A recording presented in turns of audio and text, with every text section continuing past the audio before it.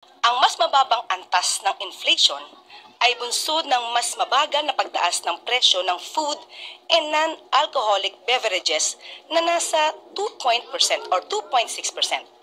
Pumunta ka sa palengke para makita mo ang totoong presyo. Hindi po bumaba ang inflation, tumataas. Lahat po ng presyo tumataas. Nagsisinungaling po kayo, Madam Spokesperson.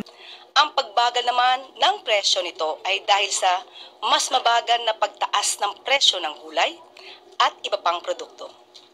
Kasunod ng mas mababang inflation rate, nanatili sa 2.5% ang average inflation rate ngayong 2025, napasok pa rin sa full year target ng gobyerno na 2 to 4%. Ayon sa National Economic and Development Authority, ang patuloy na pagbaba ng inflation rate ay indikasyon na epektibo ang mga hakbang na ginagawa ng gobyerno kontra sa tinatawag na inflationary pressures. Sisikapin din ng ahensya na panatilihing mababa ang inflation rate at tugunan agad ang mga posibleng pagtaas ng ibang commodities.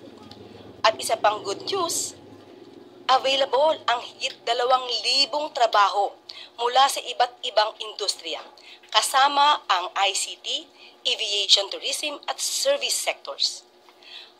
Maaaring makita ang mga available na trabaho sa www.jobs@clark.com.